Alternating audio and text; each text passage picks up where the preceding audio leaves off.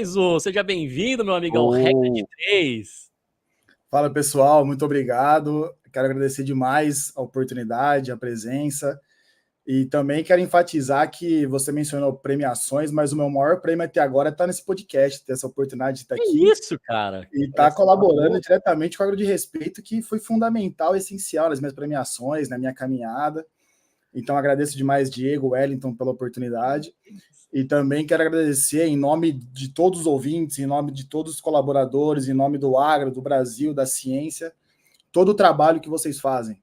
Porque pode ter certeza que vocês estão influenciando muitas pessoas de forma positiva. Então, muitas pessoas gostariam de estar aqui no meu lugar para ter a oportunidade de agradecer vocês diretamente. Então, muito obrigado por tudo. Poxa vida. Que isso aí, Wellington. Poxa. Tamo obrigado, junto. Renzo. Fico até emocionado com seu depoimento aí, cara. Isso aí é muito, muito legal ouvir, nos dá bastante força aí pra gente tá trabalhando cada vez mais para trazer o melhor conteúdo, né, Wellington? A gente faz isso tudo para quem está nos ouvindo, né, e nos assistindo. A gente tem essa missão, né, essa missão de levar uma comunicação mais leve, né, não menos séria no sentido de profissionalismo, né, de conteúdo, mas um formato diferente. A gente estava discutindo isso agora, um pouquinho antes de você entrar, né, Renzo, assim, com o Diegão, falando sobre esse formato, né, esse formato a gente precisa comunicar e a gente entende que quando a gente está ali, né, tem uma missão clara, né, essa vontade que a gente tem e você faz parte disso, né, porque o nosso convidado aqui, ele sempre está ali nos ensinando muito também, faz todo sentido para a gente e obrigado pelo carinho e vamos para cima, né, o agro também trazendo muita lição de todos os níveis aqui, né, todos os níveis. Achei que você ia mandar um agro-pop ali. Quase saiu, mas melhor não. O agro ficou ali, né? O agro Não, boa. O Wellington falou mais bonito que eu, mas é isso aí. Também faço das suas palavras as minhas aí, Wellington. Com certeza. A gente tá aí, cara. Pelo X da questão aqui. E Renzo, cara, não perderemos tempo aqui. Eu acho que a gente quer aprender muito com você hoje, né? E eu acho que seria legal, ia pedir para você contextualizar para os nossos queridos telespecs e queridas telespecs, quem é o Renzo hoje, né? Qual que é a sua relação com o agro, o que você faz? E depois a gente vai explorando mais, assim, de forma resumida, né? Perfeito. Bom, eu estou, nesse momento, terminando meu mestrado, né? A partir de janeiro já começo o PhD. Minha pesquisa é em agricultura de precisão, mais especificamente com nutrição de plantas. Porém, a gente está aí desenvolvendo apenas pesquisa on-farm. Eu falo apenas porque a gente saiu daquele esquema de áreas experimentais, que é um negócio mais comum na pesquisa agrícola.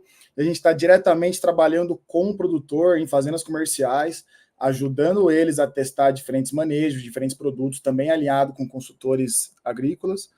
Então, a minha linha de pesquisa, eu trabalho em 5 projetos hoje em dia, todos on-farm, e 4 em manejo nutricional de plantas, 2, um de enxofre, um de nitrogênio, um de biofertilizante, outro de nitrogênio e um de população de plantas a taxa variada. Então, essa é a minha pesquisa, esse é meu trabalho. Também dou aulas, então ajudo meu professor a dar aulas. Já dei aula 3 semestres. Esse semestre ele me poupou para conseguir finalizar minha tese. Mas senão eu seria meu 4º semestre dando aula. Já deu mais de 100 alunos dando aula.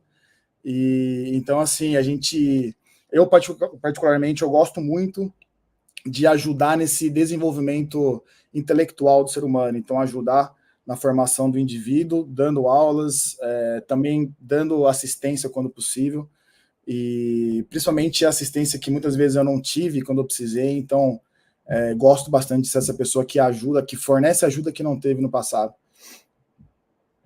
Muito bom, Renzo. Eu queria começar, Diegão, assim, tem muita gente que nos acompanha aí o canal Agro de Respeito, né, aqui o quadro Regra de 3, que estão começando, né, muitos alunos, e o que seria, o Renzo, quando você fala pesquisa on-farm, né, aqui para o Brasil a gente tem né, o on-farm, quando a gente fala de on-farm pode ter algumas conotações, mas assim, no seu caso, se você puder explicar um pouquinho, né, para a gente.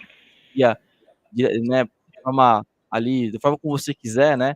O que seria essas pesquisas on-farm? Qual que é a diferença, né? Que você falou, olha, a gente não está fazendo, não estamos fazendo dessa forma, mas sim on-farm. Perfeito. A pesquisa on-farm, basicamente, é a intersecção entre o trabalho de extensão e a pesquisa convencional, que é o mais, assim, utilizado em universidades, que é normalmente uma área normal, assim, uma área experimental, área reduzida. Então, a gente busca fazer o trabalho de extensão, a gente vai direto em fazendas comerciais que produzem situação real de campo, de fazenda, aliados com o produtor, aliados com consultores rurais, e a gente vai lá, pergunta para o produtor, conversa com ele, vê o que ele está querendo fazer, até o que ele já vem fazendo, e a gente busca melhorias. Só que a forma como a gente busca melhorias é usando a ciência, usando a pesquisa, experimentando coisas. Tanto que um dos nomes utilizados também para falar da pesquisa on-farm é experimentação on-farm, porque a gente vai com o produtor e a gente experimenta coisas que ele quer testar, produtos novos que ele quer tentar implementar, técnicas de manejo, diferentes doses de nitrogênio, diferentes doses de enxofre, tecnologias de agricultura de precisão, até para também não só ajudar o produtor a atingir maiores benefícios agronômicos, econômicos e também sustentáveis, que é uma das prioridades hoje em dia, mas para também ajudar para aumentar a adoção das ferramentas de agricultura de precisão, que ainda assim a gente ainda está caminhando. Tem muita coisa que é desenvolvida e que o produtor não sabe utilizar, que o consultor também tem que aprender. E quando eles trabalham junto com a universidade, com um time de pesquisadores, esse time ele pode estar diretamente disposto a trabalhar em cima disso, tanto no desenvolvimento estratégico, quanto também na implementação das ferramentas e das tecnologias. E aí, aliado a isso, a gente também contribui para a comunidade científica. Então, a gente faz, como eu falei, que a gente faz a pesquisa no campo, a gente também escreve artigos, apresenta conferências, sempre contribuindo, dá aulas na universidade, então sempre contribuindo também para o lado científico da agronomia. Boa. Legal. Ô Renzo, acho que tem uma coisa que é algo legal, acho que você não falou ainda, né? E eu fico confuso às vezes porque a gente conversa em bastidor, depois começa a gravar, tem coisa que às vezes eu me confundo, mas acho que você não falou ainda onde que você tá, onde você tá trabalhando, a universidade, a localização, e se puder falar um pouco da região, e até já quiser emendar os cultivos que você trabalha, né? Acho que é outra curiosidade que eu ia perguntar. Perfeito, perfeito. Então, no momento eu estou na Universidade de Minnesota, nos Estados Unidos. O estado é Minnesota, a cidade é St. Paul, que é a capital de Minnesota, inclusive.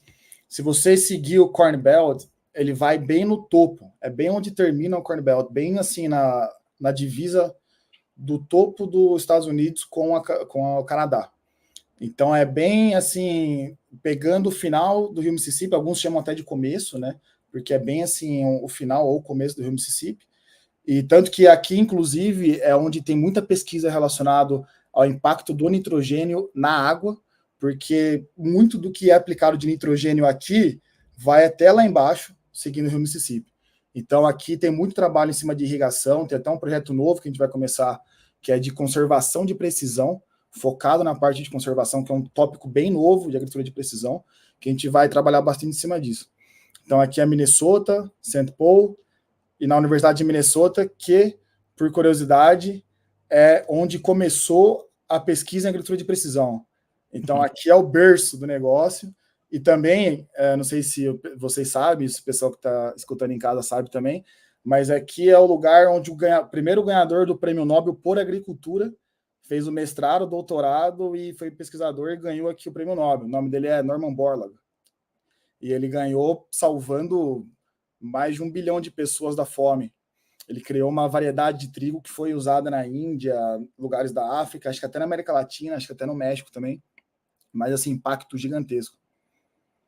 Só o Nobel. O Renzo já não vai ser o primeiro agora, né, Renzo? Quando você ganhar o seu aí. O segundo tá legal já, hein? Cara, se eu conseguir chegar no nível de profissional que vocês são, para mim já tá suficiente. Já. É isso. Aqui só elogios hoje no Regra de 3. Ô Renzão, bom, você falou aí do Corn Belt, né? Mas você trabalha focado com milho ou tem outros cultivos que você trabalha aí também? Sim, trabalho com milho, trabalho com soja, Estamos trabalhando também com pesquisa orgânica, então a gente está trabalhando com fazendas orgânicas, usando técnicas de agricultura de precisão, também on-farm, né? Mas usando técnicas de agricultura de precisão para tentar otimizar. Então a gente tenta usar imagem de satélite, imagem de drone, é que ainda assim tem um pouco de... tem algumas limitações, porque a gente está mais acostumado a trabalhar com fazendas maiores. Lógico que bem diferente das fazendas grandes do Brasil, né? Então aqui a maior fazenda que a gente trabalha deve ter uns 50 hectares no máximo, 60 Caramba. hectares. Mas a gente tem resultados muito bons, porém as fazendas orgânicas que a gente trabalha são bem pequenas, né? Fazendeiros pequenos, tal, então tem uma limitação ainda de recursos, mas assim, é uma coisa que é o futuro, né? É o futuro. Então, eu já vejo muitos pesquisadores trabalhando com pesquisa on-farm, fazendas orgânicas de alto porte. E é uma coisa que a gente está vendo com bons olhos também. E também milho e soja. Milho e orgânico. soja. Sim, sim. Mas eles trabalham mais com hortaliças, né? Hortaliças. Mas hortaliças, até algumas frutas, mas o foco deles o foco é hortaliça, mas eles também tentam outras culturas mais variadas também. Legal, legal. Muito bom. Ô Renzo, quando você fala assim que o orgânico, eu trabalhei, né, quando estava na FCA, né, na Unesp, aí, onde nós todos aqui somos, né, formados. Eu trabalhei com orgânicos, né? Então tive muito contato, né? E quando você fala que o orgânico é o futuro, o que você assim, como que é esse ambiente, né? Como que tem sido pensado isso? Por que você está falando isso? Não, olha, o orgânico para a gente aqui é o futuro, né? Sim. Eu falo porque existe muitos contrapontos, né? Em relação ao que a gente fala, o agricultura tradicional, né? O agricultura com manejo orgânico. Se você puder explicar até um pouquinho o que é uma agricultura orgânica, tá? Parece que todos sabem, mas existem também muitos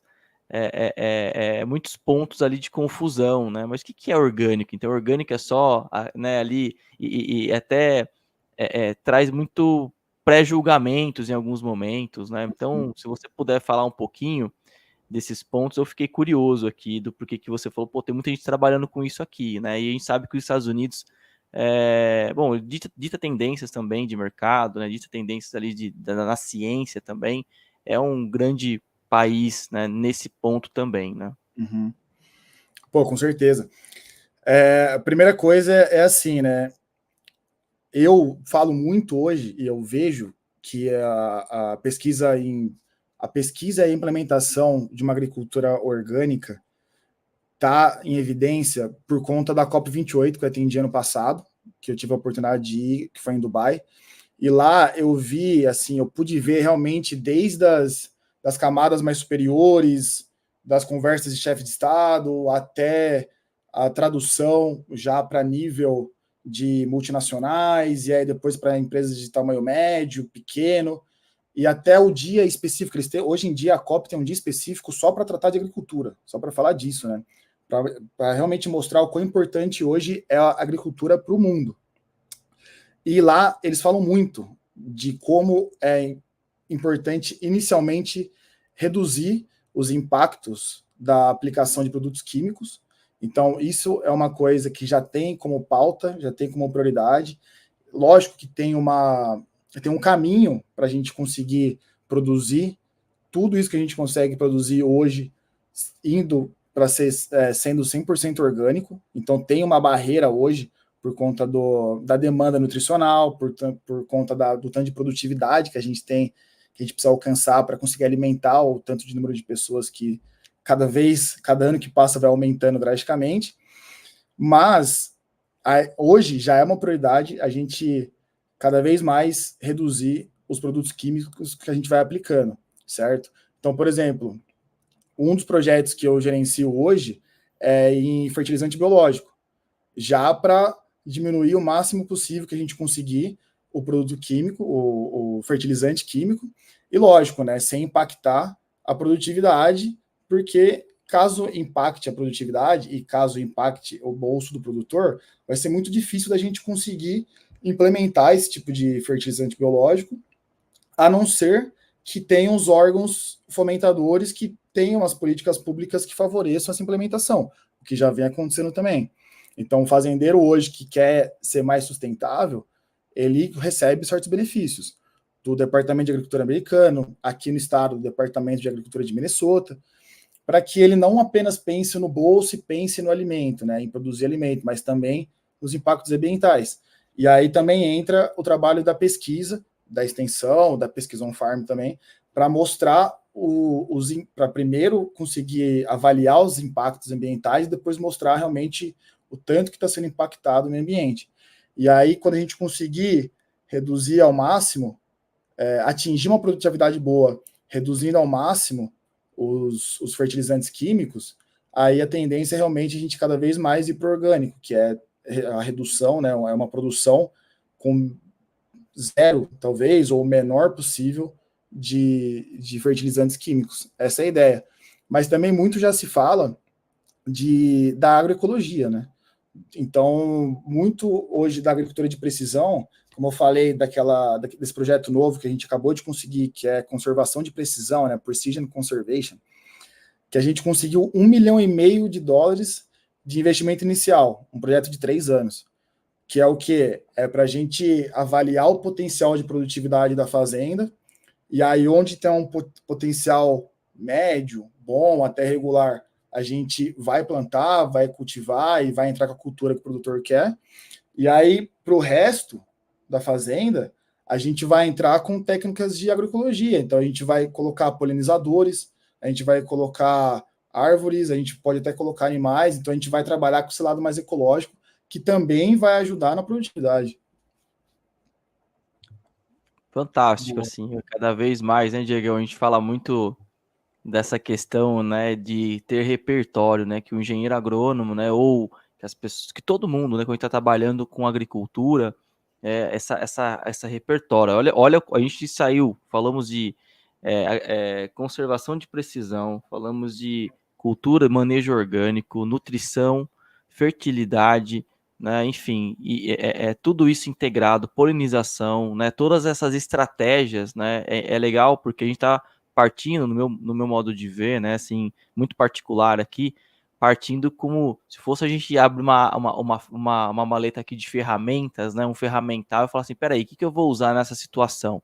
Então, essa situação me permite fazer esse tipo de intervenção. Então, só que para a gente chegar nisso, né, até eu preciso ter uma maleta, né, eu preciso ter a maleta, tenho que ter os equipamentos, eu tenho que saber o que cada ferramenta faz, né, e usar de que maneira que eu posso usar, né.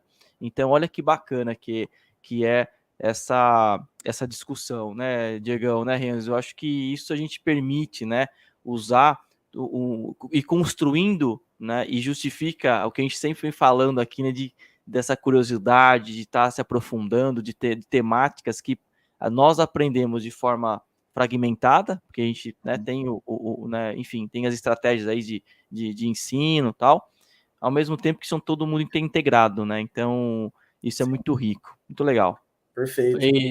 E até, né, Wellington, acho que essa deixa que você deu, né, nós não vamos conseguir aprofundar em nenhum desses assuntos principais, apesar de você já ter trazido aí alguns tópicos bem interessantes que o Renzo compartilhou com a gente, mas convidar, né, quem está nos assistindo ou nos ouvindo a tomar nota e vai pesquisar depois, vai se aprofundar um pouco mais o que é agricultura orgânica, né, e o que é agricultura de precisão, agroecologia e todos esses tópicos que a gente está trazendo, né, e aí eu queria, assim, né, fazer uma síntese rápida aqui, né, a respeito de agricultura orgânica dentro do meu entendimento, né, Renzo, o Wellington também sabe que eu trabalhei também há alguns anos com agricultura orgânica, e eu vejo assim que a agricultura orgânica, pelo menos no Brasil, a gente tem ali só para explicar também para a turma, né, a gente tem uma lista de produtos que a gente pode usar, né, de produtos, processos que a gente pode realizar, né, e normalmente ele tem que vir de uma fonte orgânica, né, uma fonte, no caso do fertilizante, né, vindo de uma fonte animal, um esterco animal, né, uma compostagem, uma adubação verde, porque daí é a partir de plantas, ou biológicos, como o Renzo falou, né? E se a gente for para a área de fitossanitários, a gente tem alguns produtos que podem ser usados de forma fitossanitária, mas também tem a diversificação, né? A gente tem vários processos que a gente coloca ali. E assim, eu lembro que um grande desafio na agricultura orgânica, quando eu trabalhei, era a gente conseguir trabalhar em grande produtividade, né? A gente manter, né, o rendimento ali, como o Renzo trouxe, a gente manter, no caso da nutrição, o equilíbrio de nutrientes, né? Principalmente o nitrogênio era um grande desafio, eu lembro, né? Até porque a gente poderia usar pós de rocha, né? Ou fosfato natural reativo, né? Outras fontes de extração física de potássio, né? Pós de potássio, uma série de outras coisas que a gente poderia usar ali, mas eu lembro que nitrogênio era desafiador, né? Mas assim, o que eu queria perguntar para você, Renzo, até outra coisa relacionada a isso, de certa forma, né, que você falou da transição. E aqui no Brasil a gente ouve bastante, vindo de fora também, o termo agricultura regenerativa, né? Como uma forma da gente passar a alterar práticas da agricultura convencional, vamos dizer assim, né? Colocando, de repente, algo que a gente já faz muito no Brasil em algumas situações, que é a rotação de cultivos, adubação verde, a gente fazer ali um plantio direto, adicionar resíduos, né, de outras regiões próximas ali, né, de resíduos animais ou vegetais que possa fornecer nutriente, fornecer matéria orgânica, trabalhar práticas conservacionistas, retirar um pouco de químicos, né, fazer algo transitório, olhando também bastante para clima, para mudança climática, para aumentar carbono, para reduzir a perda de carbono, tanto por usar produtos que têm uma pegada de carbono maior, ou por a gente estar emitindo carbono do solo porque revolveu o solo, enfim, uma série de práticas que estão olhando para isso. Dentro do que você tem experiência aí, você ouviu falar, né, dentro do seu trabalho, né, vocês trabalharam com esse tema, e isso tem relação com o que você tem trabalhado também na agricultura orgânica? Como que é isso? Sim, legal. Ótima pergunta, porque hoje isso é uma das pautas aqui também. Então, o próprio Departamento de Agricultura americano, ele meio que criou um nome para esse conjunto de práticas que eles chamam de BMP, que seria Better Management Practices, que seria, traduzindo, as melhores práticas de manejo. E aí dentro, eles têm uma lista de práticas, e dentro dessas práticas tem rotação de culturas, tem plantio de cobertura, tem plantio direto, né? Enfim, tem muitas dessas que você comentou, até outras. E aí, o que acontece? Os fazendeiros que quiserem trabalhar com isso, os extensionistas que recomendarem isso também, essas práticas, recebem benefícios. Então, tem todas as políticas públicas em volta disso. Lógico, além dos benefícios agronômicos, tem todas as políticas públicas em volta disso que favorecem a adoção dessas práticas pelos fazendeiros, pelos consultores e tudo mais. Então, isso já é uma prática que a gente recomenda para os produtores, principalmente quando a gente faz o trabalho de extensão, mas também é algo que o próprio governo vem fomentando cada vez mais. E claro, né, várias dessas práticas foram melhoradas, começaram aqui, mas foram melhoradas, aprimoradas no Brasil. É importante que a gente fale disso. Se não fosse o Brasil, como é que seria o plantio direto hoje em dia? Como é que seria a rotação de culturas hoje em dia? Então, toda vez que a gente fala de Brasil, toda vez que a gente fala de Embrapa, o mundo faz assim, velho. Todo mundo bate palma, entendeu? Então, a gente tem que valorizar muito, principalmente as práticas sustentáveis que foram aprimoradas em território nacional, em território brasileiro.